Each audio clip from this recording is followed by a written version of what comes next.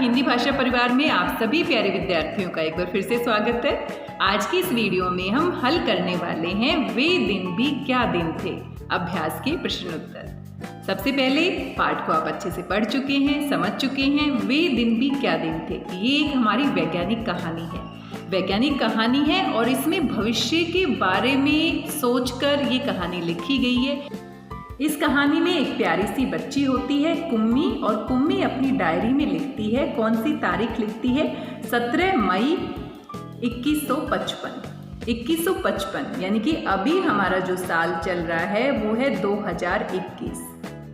और 2021 से कितने साल बाद सोचकर भविष्य में क्या हो सकता है उसकी कल्पना करके ये कहानी लिखी गई है। तो अगर हम पता लगाएं कि 2021 और 2155 में कितना अंतर है, तो आप यहाँ पर माइनस करके देख सकते हैं। अगर हम देखते हैं कितने साल का अंतर है, तो ये हमारा आ जाता है यहाँ पर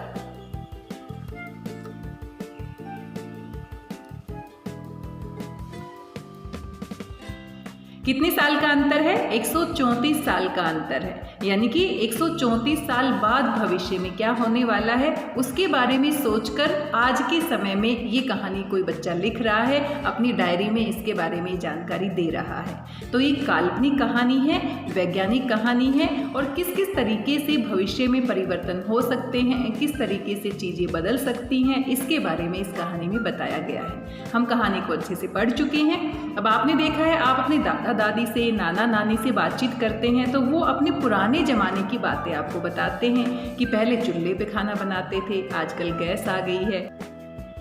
पहले किस तरीके से पढ़ाई करते थे, आजकल कितना बदल गया है स्कूल का माहौल। पहले किताबों से पढ़ते थे, आजकल कंप्यूटर आ गए हैं, मशीनें आ गई हैं, स्मार्ट बोर्ड आ गए हैं, और कितनी चीज़ें बदल चुकी हैं।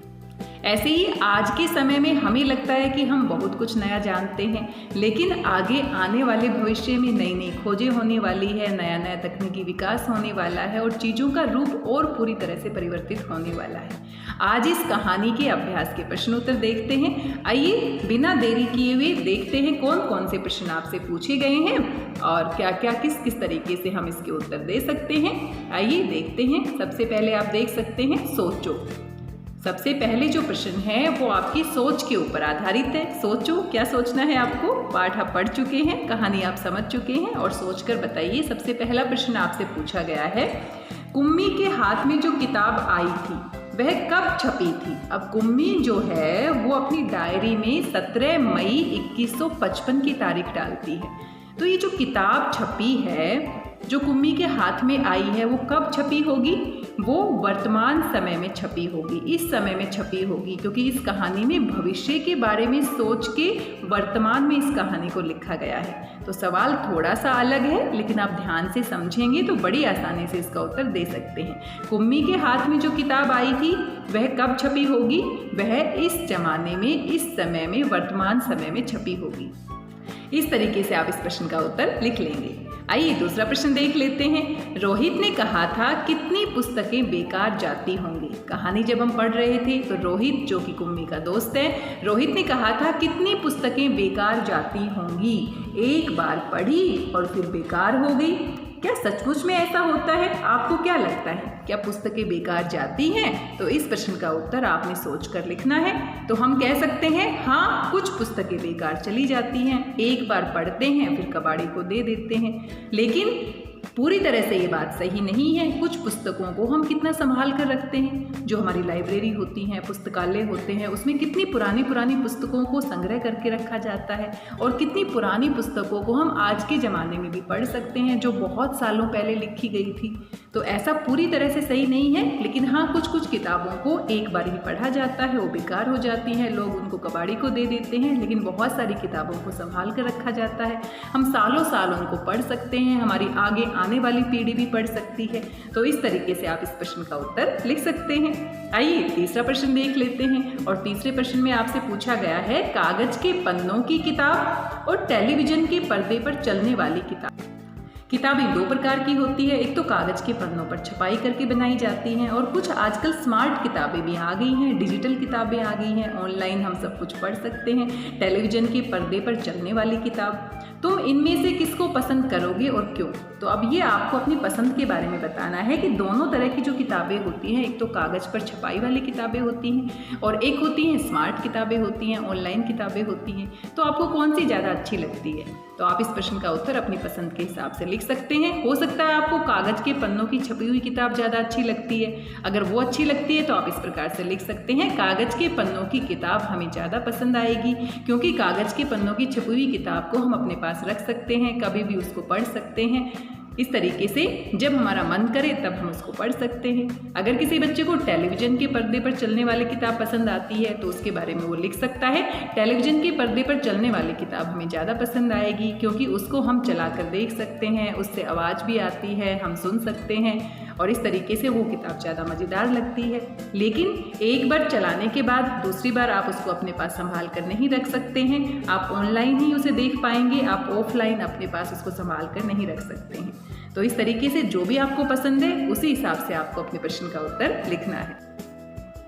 आइए अगला प्रश्न देख लेते हैं। प्रश्न संख्या 4। तुम कागज पर छपी किताबों से पढ़ते हो, पता करो कि कागज से पहले की छपाई किस किस चीज़ पर हुआ करती थी। अगर बहुत साल पहले की बात करें तो जो कागज़ हमारा होता है वो इस तरीके का नहीं होता था।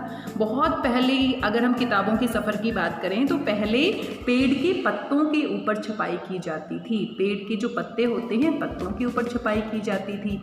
साथ में पेड़ की जो छाल होती है, पेड़ का जो तना होता है उसकी जो मोटी छाल होती है, छाल के ऊपर छपाई की जाती थी। लकड़ी के टुकड़ों पर भी छपाई की जाती थी। लकड़ी के जो टुकड़े होते हैं उनके ऊपर भी छपाई की जाती थी। तो पहले ज़माने में जो किताबें होती थी वो आज की जो किताबें होती हैं उसके पन्नों पर इस तरह से छपाई की जाती है वो नहीं होती थी। धीरे धीरे विकास हुआ और पन्नों का विकास हुआ। आज की जो किताबें होती हैं वो बड़ी आसानी से मशीनों की सहायता से हम इसे छाप देते हैं। तो पहले की जो किताबें होती थी वो कहाँ पर छपती थी? पत्तों के ऊपर लिखा जाता था, छाल पर लिखा जाता था, लकड़ी पर लिखा जाता था और भी अनेक प्रकार के कपड़ों पर भी बहुत सारी चीज़ें लिखी जाती थी। और साथ में जो दीवारें होती हैं, दीवारों के पत्थरों पर भी बहुत सारी चीज़ें लिखी जाती थी। तो इस तरीके से इस प्रश्न का उत्तर भी आप लिख लेंगे।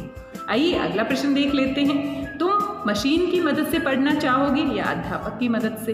दोनों के पढ़ाने में किस किस तरह की सरलता और कठिनाइयाँ हैं? तो ये प्रश्न तो बड़ा ही मज़ेदार है और आज के संदर्भ में बिल्कुल सही है, क्योंकि हम सभी ऑनलाइन पढ़ रहे हैं, हम अपनी कक्षाओं में नहीं हैं। कोरोना महामारी की वजह से किस तरह की परिस्थितियां हमारे सामने आ गई हैं, तो आप अच्छे से समझ सकते हैं कि मशीन की सहायता से जो पढ़ाई होती है और जो अध्यापक के बिल्कुल सामने बैठकर होती है उसमें क्या अंतर होता है। आप सभी अपने स्कूल को मिस कर रहे हैं, आप अपने स्कूल को याद करते हैं, क्योंकि जब आपकी अध्यापिका या अध्यापक आपके सामने होते हैं तो आप किसी भी प्रकार के सवाल पूछ सकते हैं और उनके सामने होने पर आप उनके चेहरे को देख सकते हैं, चेहरे के हाव भाव को देख सकते हैं और बहुत सारी गतिविधियां हम मिलकर कर सकते हैं। तो जो बात अध्यापक से आमने सामने बैठकर पढ़ने में है वो कभी मशीन से हमें नहीं मिल सकती है। हाँ, मशीन के बहुत सारे फ़ायदे होते हैं। मशीन पर हम बहुत सारी चीज़ें सर्च कर सकते हैं, बहुत सारी जानकारियाँ वहाँ पर होती हैं, लेकिन जो बात अध्यापक से पढ़ने में होती है वो कभी मशीन से पढ़ने में नहीं हो सकती। तो आपको किससे पढ़ना ज़्यादा अच्छा लगता है? अध्यापक से पढ़ने के क्या फ़ायदे हैं और मशीन से पढ़ने के क्या फ़ायदे हैं? ये सभी बातें आपको यहाँ पर सोचकर लिखनी है। आइए अगला प्रश्न देख लेते हैं। अगले प्रश्न में आपसे पूछा गया है वे दिन भी क्या दिन थे, जो कि हमारी विज्ञान कथा का नाम भी है। वे दिन भी क्या दिन थे। बीते दिनों की प्रशंसा में कही जाने वाली ये बात तुमने कभी किसी से सुनी है? अपने बीते हुए दिनों के बारे में सोचो और बताओ कि उनमें से किस समय के बारे में तुम वे दिन भी क्या दिन थे कहना चाहोगे। आपने कभी अपनी दादी से बात की है, अपनी मम्मी से बात की है और बातों बातों में वो कहते हैं ना वे दिन भी क्या दिन थे, हमारे बचपन के दिन भी क्या दिन थे, कितनी मस्ती करते थे हम, कितना बेफिक्र रहते थे, कोई जिम्मेदारी नहीं होती थी, सारा दिन खेलते थे, कूदते थे। तो किसी ना किसी से आप सुनते ही रहते हो वे दिन भी क्या दिन थे, बचपन के दिन भी क्या दिन थे। तो अब आपसे पूछा गया है कि आपके दिमाग में कोई ऐसी बात आ रही है जिसको सोचकर आपको लगता है वे दिन भी क्या दिन थे। तो बचपन की कोई किस्सा, बचपन की कोई कहानी आपको याद आ रही है तो वो कहानी सोचकर आप इस प्रश्न के उत्तर में लिखेंगे कि वे दिन भी क्या दिन थे। अगर मुझसे पूछें कि वे दिन भी क्या दिन थे तो मैं बता सकती हूँ बचपन में हम खेतों में जाते थे अपनी मम्मी के साथ, अपने पापा के साथ और अपने भाई बहन के साथ मिलकर खेतों में बिल्कुल खुले में कितना खेलते थे, मिट्टी में खेलते थे। आजकल तो मिट्टी मिलती ही नहीं है खेलने के लिए। तो अब याद करते हैं तो सोचते हैं वे दिन भी क्या दिन थे। और पहले हम बिल्कुल खुले छत के ऊपर सोते थे, ऊपर आसमान के तारे देखते रहते थे, सप्तऋषि के 7 तारों को हम गिनते थे, और वे दिन भी क्या दिन थे। तो इस तरीके से जब मुझसे पूछोगे तो मुझे अपने बचपन की बातें याद आ रही हैं। आप तो खुद ही बच्चे हैं, अभी बचपन में हैं।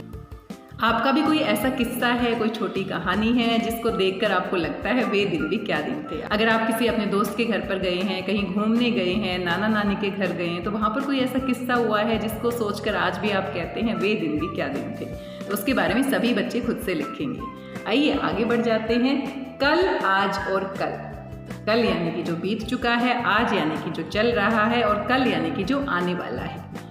1967 में हिंदी में छपी इस कहानी में कल्पना की गई है कि 2155 में किस तरह के बदलाव आ सकते हैं। सालों बाद स्कूल की जगह मशीनें ले लेंगी, कि धीरे धीरे इतना बदलाव आ जाएगा कि जो अध्यापक हैं वो स्कूल में पढ़ाने नहीं जाएंगे, बल्कि मशीनों की सहायता से ऑनलाइन सब बच्चों को पढ़ा सकते हैं। और ऑनलाइन हम कितने सारे बच्चों से जुड़ सकते हैं। हर कोई बच्चा अपने घर में फ़ोन की सहायता से जुड़ सकता है। अगर स्कूल की बात करें तो स्कूल में हर किसी बच्चे को आना पड़ेगा, तभी वो अध्यापक से पढ़ सकता है। तो कितना कुछ बदल जाता है।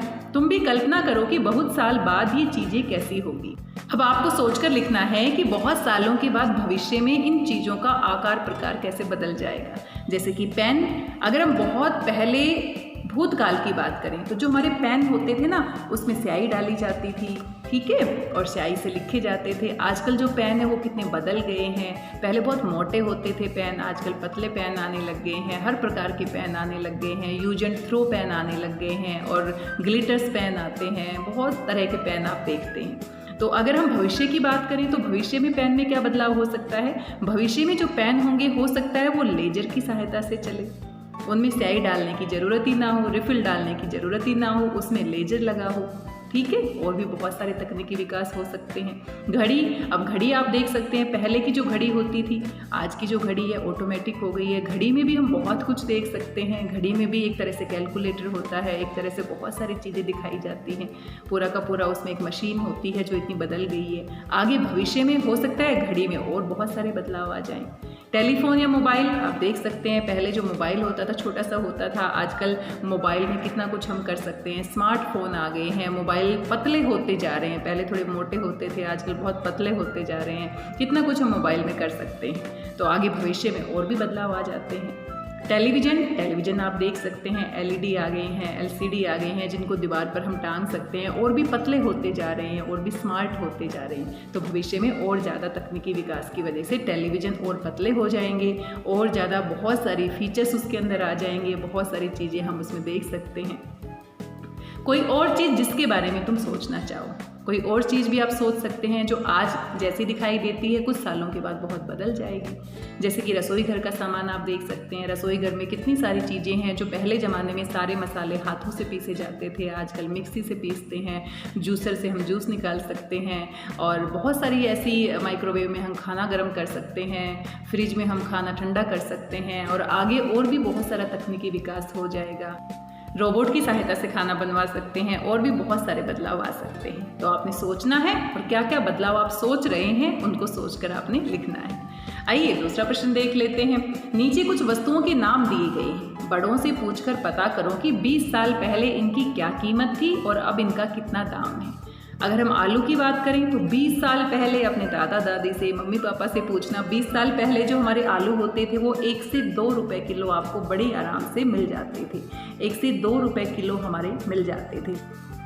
लेकिन आज के ज़माने की बात करें तो आलू आपको 8 से 10 रुपए किलो तक मिल जाते हैं, और डिपेंड करता है सीजन के हिसाब से, मौसम के हिसाब से कि कैसा मौसम चल रहा है। अगर फसल का मौसम है, जब आलू अभी अभी पककर तैयार हुए हैं, जो मार्केट में आए हुए हैं, स्टॉक बहुत ज़्यादा है तो सस्ते मिल जाते हैं, अगर बहुत कम है तो हमें बहुत महंगे मिलते हैं। लड्डू की बात करें तो लड्डू अगर 20 साल पहले की बात करें तो हो सकता है हमें 20 से 30 रुपये किलो मिल जाते होंगे। लड्डू 20 से 30 रुपये किलो मिल जाते होंगे।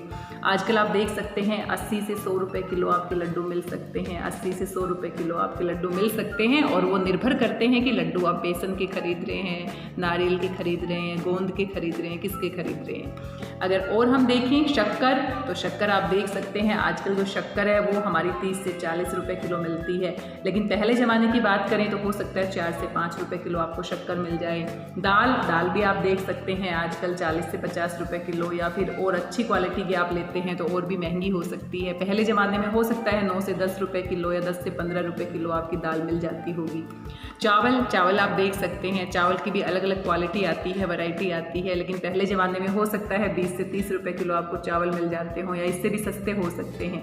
दूध आप देख सकते हैं, दूध आजकल आप कह सकते हैं 70 रुपए किलो मिल जाता है। आप अपनी मम्मी से बातचीत कर सकते हैं, पापा से बातचीत कर सकते हैं इनकी कीमत के बारे में। और पहले ज़माने में अगर हम बात करें तो हो सकता है 5 से 10 रुपए किलो दूध मिल जाता होगा। तो ये जो कीमत है वो कितनी बदल गई है, क्योंकि धीरे धीरे जो महंगाई है वो बढ़ती जा रही है। पहले ज़माने की बात करें तो बहुत सस्ता सामान होता था, लोगों की जो तनख्वाह होती थी, जो सैलरी होती थी वो भी कम होती थी, महंगाई बहुत कम थी, लेकिन धीरे धीरे महंगाई बहुत बढ़ गई है। और भविष्य की बात करें तो हो सकता है कीमत और बढ़ जाएंगी। तो ये निर्भर करता है कि आगे आने वाले ज़माने में किस तरह से महंगाई बढ़ती है। आइए अगला प्रश्न देख लेते हैं। आज हमारे कई काम कंप्यूटर की मदद से होते हैं। सोचो और लिखो कि अपने व्यक्तिगत और सार्वजनिक जीवन में हम कंप्यूटर का इस्तेमाल किन किन उद्देश्यों के लिए करते हैं। तो कंप्यूटर का जो हम प्रयोग करते हैं, एक तो हम अपने घर पर रखते हैं, अपना पर्सनल कंप्यूटर रखते हैं, और एक बहुत सारे सार्वजनिक जगह पर कंप्यूटर होता है। तो कौन कौन से ऐसे काम हैं जो व्यक्तिगत तौर पर, निजी तौर पर हम प्रयोग करते हैं कंप्यूटर का, कौन कौन से ऐसे काम हैं जो सार्वजनिक तौर पर प्रयोग किया जाता है कंप्यूटर का, उन सभी के बारे में आपको यहाँ पर लिखना है। यहाँ पर आपको एक तालिका दी गई है, टेबल दी गई है, इसमें आपको लिखना है। व्यक्तिगत तौर पर हम मनोरंजन के लिए कंप्यूटर का प्रयोग कर सकते हैं, हिसाब किताब रखने के लिए कंप्यूटर का प्रयोग कर सकते हैं, और भी कोई नई चीज़ देखने के लिए, जानकारियाँ इकट्ठी करने के लिए हम कंप्यूटर का प्रयोग कर सकते हैं। सार्वजनिक तौर पर कंपनियों में कंप्यूटर का प्रयोग किया जाता है, कर्मचारियों की जो अटेंडेंस होती है उसको लेने के लिए, और स्कूलों में आप देख सकते हैं कंप्यूटर का प्रयोग किया जाता है। कंप्यूटर से हम टिकट बुक कर सकते हैं, और भी बहुत सारे सार्वजनिक काम हम कंप्यूटर की मदद से कर सकते हैं। तो इस तरीके से इनका उत्तर आपको यहाँ पर लिखना है। आइए अगला प्रश्न देख लेते हैं। जानकारी देने या लेने के लिए कई तरीके अपनाए जाते हैं। हम जो कुछ सोचते या महसूस करते हैं उसे अभिव्यक्त करने या बताने के भी कई ढंग हो सकते हैं। बॉक्स में ऐसे कुछ साधन दिए गए हैं, उनका वर्गीकरण यानी कि अलग अलग बांटना करके नीचे दी गई तालिका में लिखो। तो यहाँ पर बहुत सारे शब्द हैं जिनका यहाँ पर हमें अलग अलग तरीके से यहाँ पर बांटना है, उनका वर्गीकरण करना है। तो जानकारी हमें किस किस से मिलती है, और दूसरा है जिसमें भावनाएं होती हैं, जिनमें बहुत सारे भाव होते हैं। तो इस तरीके से यहाँ पर अलग अलग करके हमें लिखना है। तो जो संदेश होता है, संदेश में भाव छुपे हुए होते हैं, क्योंकि जब हमें कोई संदेश देता है तो हमारी भावनाएं उससे जुड़ी हुई होती हैं। फ़ोन जो है, फ़ोन पर हम बातचीत करते हैं तो वहाँ पर भी हमारे भाव जुड़े हुए होते हैं। चित्र जो होते हैं, तो चित्र में भी हम बहुत सारी चीज़ें महसूस कर सकते हैं, चित्र जानकारियाँ भी देते हैं। फैक्स जो होता है, फैक्स हमें जानकारी भी देता है। साथ में फैक्स में कभी कभी भाव भी छिपे हुए होते हैं जो जानकारी हमें मिलती है। अभिनय जो होता है, एक्टिंग जो होती है, उसमें भी भाव छिपे हुए होते हैं। विज्ञापन में जानकारी भी दी जाती है, कभी कभी विज्ञापन की जानकारी से हमें भाव भी महसूस होते हैं। मोबाइल पर भी आप कह सकते हैं भाव महसूस किए जा सकते हैं, जानकारी भी दी जा सकती है। इंटरनेट से बहुत सारी जानकारी मिलती है हमें। रेडियो से भी हमें जानकारी मिलती है, एक तरफा होती है क्योंकि रेडियो बोलता है, हम सुनते हैं। इंटरनेट की जानकारी भी हम उसको कुछ कह नहीं सकते, बल्कि उसी की जानकारी को हम लेते हैं। तो इन सभी में कुछ एक तरफा जानकारी होती है और कुछ दो तरफा जानकारी होती है। नोटिस हमें जानकारी देता है, एक तरफा होता है। टीवी से भी हमें जानकारी मिलती है, एक तरफा होता है। सिर्फ टीवी की जानकारी हम ले सकते हैं, टीवी को बोलकर हम अपनी बात नहीं बता सकते। तार जो होता है उससे भी हमें जानकारी मिलती है। नृत्य के जो हाव भाव होते हैं उसमें भावनाएं छुपी हुई होती है। संकेत भाषा, एक्टिंग जो हम करते हैं बिना बोले, सांकेतिक भाषा होती है, उसमें भी भाव छिपे हुए होते हैं। मोबाइल का जो संदेश होता है उसमें भी जानकारी भी होती है, भाव भी छिपे हुए होते हैं। इश्तहार किसको कहते हैं? हम विज्ञापन को ही कहते हैं, जो किसी अखबार में दिया जाता है, कोई जानकारी दी जाती है तो वो भी एक तरफा होता है और साथ में हमें जानकारी भी मिलती है। तो इस तरीके से इन सभी शब्दों को आप यहाँ तालिका में अलग अलग करके लिखेंगे। इस प्रकार से आप लिख देंगे। और साथ में ऊपर लिखी चीज़ें एक तरफा भी हो सकती है, एक तरफ से भी संदेश मिल सकता है, दो तरफा भी हो सकती है। तो जिन चीज़ों के जरिए एक तरफा संप्रेषण होता है बातचीत, कम्युनिकेशन, उनके आगे आपने एक तीर का निशान लगाना है। एक तरफा है तो एक तरफ तीर का निशान लगा देना है, और अगर दो तरफा है तो दोनों तरफ हम तीर का निशान लगा देंगे। तो इस तरीके से ये सारी की सारी जानकारी इस तालिका में हम इस तरीके से पूरा कर लेंगे कि किस तरह से कुछ चीज़ों से हमें जानकारी मिलती है, कुछ में हमारी भावनाएं भी जुड़ी हुई होती हैं, कुछ एक तरफा संप्रेषण में काम आती हैं, कुछ दोनों तरफ के संप्रेषण में काम आती हैं। तो इस तरीके से इस प्रश्न को आप पूरा कर लेंगे। आइए आगे बढ़ जाते हैं। अगला हमारा प्रश्न है तुम्हारी डायरी। और आप सभी बच्चों को, हो सकता है किसी बच्चे को डायरी लिखने का शौक हो, अपनी डायरी लिखता हो, पूरे दिन में आपके साथ क्या होता है, कोई अच्छी घटना, कोई बुरी बात, कभी आप गुस्सा हो जाते हैं, कभी आप खुश हो जाते हैं। तो ये सारी की सारी बातें, बहुत सारे बच्चे ऐसे होते हैं जो अपनी डायरी में लिखते हुए चलते हैं, और बहुत दिनों के बाद जब हम पीछे के दिनों की अपनी बातें पढ़ते हैं तो हम पढ़ के खुश भी होते हैं और कभी कभी दुखी भी हो जाते हैं, उनको याद करते हैं। डायरी लिखना एक निजी काम या शौक है, हमारी हॉबी हो सकती है, शौक हो सकता है। तुम अपनी डायरी किसी और को पढ़ने को देते हो या नहीं, ये तुम्हारी अपनी मर्जी है। कई व्यक्तियों ने अपनी डायरियां छपवाई भी हैं। बहुत सारे लोग ऐसे होते हैं जो अपनी डायरी लिखते थे और बाद में उन्होंने उसको छपवा दिया ताकि हर कोई व्यक्ति उनको पढ़ सके, ताकि अन्य लोग उन्हें पढ़ सके। ऐसे ही कोई डायरी खोज कर पढ़ो और उसका कोई अंश कक्षा में सुनाओ। तो आप लाइब्रेरी में जाके, पुस्तकालय में जाकर, या फिर ऑनलाइन आप सर्च कर सकते हैं किसी की डायरी के बारे में और उसको आप पढ़ सकते हैं और क्लास में सुना सकते हैं। अपनी डायरी बनाओ, उसमें खुद से जुड़ी बातें लिखो, और ये एक एक्टिविटी है, गतिविधि है जो आप खुद से करेंगे। अपनी एक डायरी आप बना सकते हैं, अपने बारे में लिख सकते हैं, आपको क्या क्या पसंद है, आज के दिन में आपने क्या क्या नया किया, कक्षा में किसने आपकी तारीफ की, किसने आपको डांटा, घर में क्या क्या हुआ, कुछ भी आप लिख सकते हैं अपने बारे में। डायरी में तुम अपने स्कूल के बारे में क्या लिखना चाहोगे, और अपने स्कूल के बारे में अगर डायरी लिखनी होती है तो आप क्या लिख सकते हैं, आपका स्कूल कैसा दिखता है। आजकल कोरोना की वजह से आप स्कूल को बहुत मिस कर रहे हैं, याद कर रहे हैं। अपने टीचर्स के बारे में लिख सकते हैं, स्कूल की बिल्डिंग के बारे में लिख सकते हैं, कोई एक्टिविटी जिसमें आपने पार्टिसिपेट किया हो उसके बारे में लिख सकते हैं। जो भी आपकी यादें जुड़ी हुई हैं स्कूल से, उसके बारे में आप लिख सकते हैं। तो ये बड़ा मज़ेदार सा प्रश्न है, सभी बच्चे खुद से इसको पूरा करेंगे। आइए आगे बढ़ जाते हैं। तुम भी कल्पना करो, और जितनी कल्पना आप करोगे, कल्पना करके आप लिखोगे, उतना ही आप और समझदार बनते जाओगे। दोस्तों के साथ बात करके अंदाजा लगाओ कि 50 साल बाद इनमें क्या क्या बदलाव आएगा। 50 सालों के बाद क्या क्या परिवर्तन आ सकता है, फिल्मों में क्या परिवर्तन आएंगे। आप देख सकते हैं पहले ज़माने की फिल्में, आज के ज़माने की फिल्में, और 50 साल बाद क्या परिवर्तन होगा वो आपको सोच कर लिखना है। तकनीकी विकास इतना हो जाएगा कि फिल्मों में भी बहुत सारी चीज़ें ऐसी आ जाएंगी जो बिल्कुल नई है, जिसके बारे में आज हम नहीं सोच सकते, लेकिन भविष्य में वो फिल्मों में होने लगेंगी। गांव की हालत में क्या बदलाव आ सकता है, 50 साल बाद गांव बिल्कुल शहरों के तरीके से हो जाएंगे, बहुत सारे बदलाव आ जाएंगे। तुम्हारी परिचित किसी नदी में, नदी आज कैसी दिखाई देती है, हो सकता है 50 साल बाद वो नदी रहे ही ना, उसका पानी सूख जाए। प्रदूषण इतना बढ़ता जा रहा है, आजकल देख सकते हैं कितने बदलाव आ रहे हैं। या हो सकता है लोग जागरूक हो जाएं, उस नदी को और साफ रखने लग जाएं।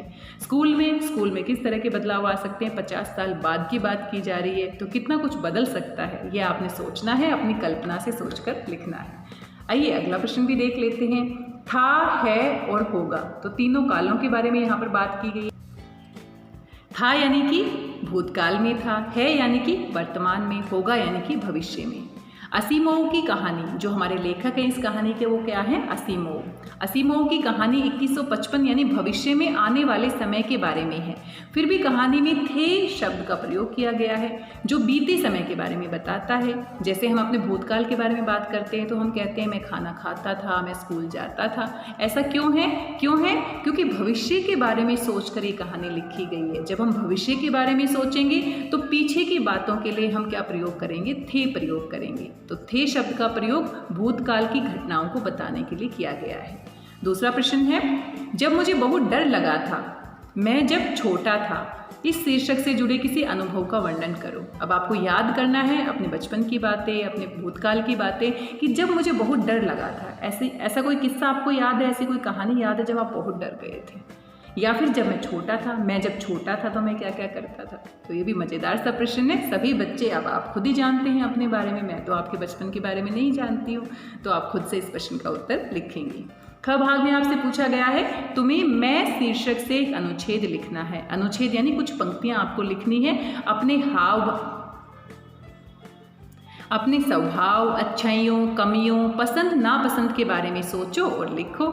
या किसी मैच का आंखों देखा हाल ऐसे लिखो मानो वह अभी तुम्हारी आंखों के सामने हो रहा है। तो आपने देखा है ना टीवी पे कमेंट्री कैसे चलती रहती है, कोई प्रोग्राम आ रहा है और उसके बारे में बैकग्राउंड में बहुत सारे लोग उसके बारे में वर्णन कर रहे होते हैं। तो ऐसे ही आप कोई भी ऐसी घटना या कोई भी ऐसी चीज़ जो आपने देखी है या कोई मैच आपने देखा है या कोई और घटना आपने देखी है, उसका आंखों देखा हाल आपने लिखकर बताना है और इस तरीके से लिखना है जैसे वो अभी चल रहा है, जिसको हम महसूस कर सकते हैं। तो कितने अच्छे तरीके से आप लिख पाते हैं, इसका आपने प्रश्न का उत्तर खुद से देना है। आगे है ग भाग में, अगली छुट्टियों में तुम्हें नानी के पास जाना है, वहाँ तुम क्या क्या करोगे, कैसे वक्त बिताओगे, इस पर एक अनुच्छेद लिखो। तो ये भी बड़ा ही मज़ेदार सा है। ज़्यादातर प्रश्न आपके ऊपर निर्भर करते हैं, आप कितना सोच पाते हैं, कितनी कल्पना कर पाते हैं और कितने अच्छे तरीके से आप लिख पाते हैं, क्योंकि आप में इतनी ऊर्जा है, इतनी बुद्धि है कि आप बहुत सारी बातें सोचते हैं और सोचकर उनको बहुत अच्छे तरीके से लिख सकते हैं। तो अगली छुट्टियों में अगर नानी के घर जाते हो तो कौन कौन से सपने आपने देखे हैं, क्या क्या करने के बारे में सोच रहे हो, वही इस प्रश्न के उत्तर में लिखना है। तुमने जो 3 अनुच्छेद लिखे उनमें से पहले का संबंध उससे है जो बीत चुका है। ठीक है, 3 अनुच्छेद कौन कौन से हमारे क भाग में, यानी कि आपको अपने भूतकाल की बातें याद करनी है, जब मुझे बहुत डर लगा था, मैं जब छोटा था। और दूसरे में आपसे क्या पूछा गया है, आपने वर्तमान में कुछ बातें ऐसी लिखनी है जैसे कि मैच अभी चल रहा हो, आपके सामने हो रहा हो। तो ये क्या है, वर्तमान में लिखना है आपने। और ग में यानी कि भविष्य काल में, कि अगर आप नानी के घर जाते हो, भविष्य में जाते हो तो आप क्या क्या करोगे। तो था, है और होगा, ये तीनों हमारे प्रश्न हैं, वो भूतकाल, वर्तमान और भविष्य से जुड़े हुए हैं। इस तरीके से आप इनको लिखेंगे। इन अनुच्छेदों में इस्तेमाल की गई क्रियाओं को ध्यान से देखो। ये बीते हुए, अभी के और बाद के समय के बारे में बताती है। जैसे मैं कहूँ मैं स्कूल जाती थी तो भूतकाल के अनुसार क्रिया काम करेगी। मैं स्कूल जाती हूँ, अभी जाती हूँ तो वर्तमान के तरीके से काम करेगी। मैं स्कूल पढ़ने जाऊँगी यानी कि भविष्य में जाऊँगी। तो जिस तरीके से हम बात लिखते हैं, वर्तमान की लिखते हैं तो वर्तमान के हिसाब से वाक्य बनाते हैं, भविष्य के बारे में लिखते हैं तो भविष्य के हिसाब से वाक्य बनाते हैं, और भूतकाल की बातों को याद करके लिखते हैं तो उसके हिसाब से हम वाक्य बनाते हैं। तो इनके ऊपर आपने ध्यान देना है किस तरीके से आप लिखते हो। और ये हमारे कुल प्रश्न थे। सारे के सारे प्रश्न बड़े ही मज़ेदार और आसान थे, आपकी कल्पना के ऊपर आधारित थे। कितना आप सोच सकते हैं, कितना आप समझ सकते हैं, उसके हिसाब से सभी प्रश्नों को आपको पूरा करना था। तो बड़ा ही मज़ेदार सा पाठ था, बहुत अच्छी कहानी थी। आशा करती हूँ सभी प्रश्न आपको समझ में आए होंगे और अच्छे से आप इनको पूरा कर लेंगे। आप यहाँ पर देख भी सकते हैं, अपनी कहानी को आप देख सकते हैं। आइजक असिमोव ये इसके लेखक है, इस विज्ञान कथा के लेखक है। ये हमारी कुम्मी है, आप देख सकते हो। और कुम्मी कहाँ पर पढ़ रही है, कंप्यूटर से पढ़ रही है, क्योंकि भविष्य में 2155 जब हमारा साल आएगा तो हो सकता है अध्यापक ना ही रहें और मशीनों से सभी बच्चे पढ़ें, क्योंकि अब तो कोरोना काल की वजह से हम मजबूर हैं। लेकिन हो सकता है भविष्य में अध्यापक ना रहें और मशीनों की सहायता से, कंप्यूटर की सहायता से सब बच्चों को पढ़ना पड़े, तो कितना कुछ बदल जाएगा, आप देख सकते हैं यहाँ पर। तो ये हमारी कहानी थी वे दिन भी क्या दिन थे। और इस कहानी के सभी प्रश्नों के बारे में आज हमने बातचीत की है। आशा करती हूँ सभी प्रश्न आपको समझ में आए होंगे। आज की इस वीडियो में बस इतना ही। मिलते हैं किसी नए वीडियो में, किसी नए पाठ के अभ्यास के प्रश्न उत्तर के साथ, किसी नई कार्य पत्रिका के साथ। तब तक स्वस्थ रहिए, व्यस्त रहिए, मस्त रहिए, खुश होकर पढ़ते रहिए। और हाँ, भविष्य के बारे में अपनी नई नई कल्पनाएँ करते रहिए, क्योंकि जब हम कल्पनाएँ करेंगे तभी हम उनको पूरा कर सकते हैं। सपने देखेंगे तभी हम उनको पूरा कर सकते हैं। भविष्य में ऐसा हो सकता है, ऐसा हो सकता है, ये हम सोचेंगे तभी वर्तमान में उसके ऊपर हम काम करेंगे। और बच्चे देश का भविष्य हैं, भविष्य आपके हाथों में है। तो आप कितना अच्छा सोचेंगे, कितने अच्छे तरीके से आप पढ़ेंगे, उतना ही अच्छा हमारा भविष्य बनने वाला है। मेरी भाषा हिंदी भाषा परिवार के साथ जुड़ने के लिए आप सभी का धन्यवाद, बहुत बहुत धन्यवाद।